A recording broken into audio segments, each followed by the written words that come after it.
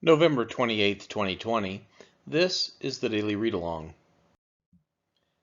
Exodus chapter 17. All the congregation of the people of Israel moved on from the wilderness of Sin by stages, according to the commandment of the Lord, and camped at Rephidim. But there was no water for the people to drink. Therefore the people quarreled with Moses and said, "Give us water to drink." And Moses said to them, "Why do you quarrel with me? Why do you test the Lord?" But the people thirsted there for water, and the people grumbled against Moses and said, "Why did you bring us up out of Egypt to kill us and our children and our livestock with thirst?"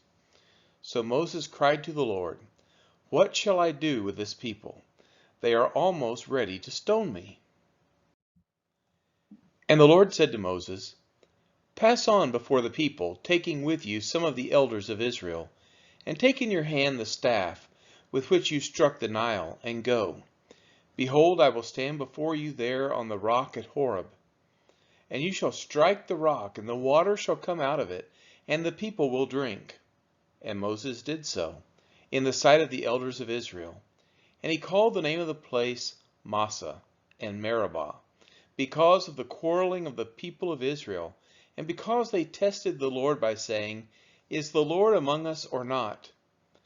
Then Amalek came and fought with Israel at Rephidim. So Moses said to Joshua, "Choose for us men and go out and fight with Amalek.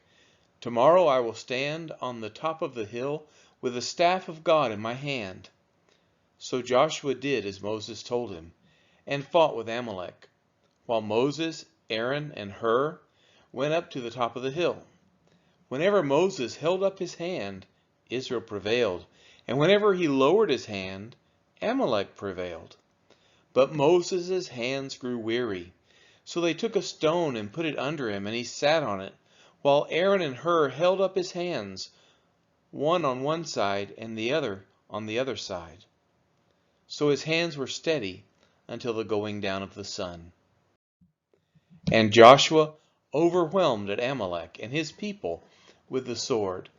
Then the Lord said to Moses, "Write this as a memorial in a book and recite it in the ears of Joshua, that I will utterly blot out the memory of Amalek from under the sun." And Moses built an altar and called the name of it, "The Lord is my banner," saying, "A hand upon the throne of the Lord. The Lord will have war with Amalek from generation to generation."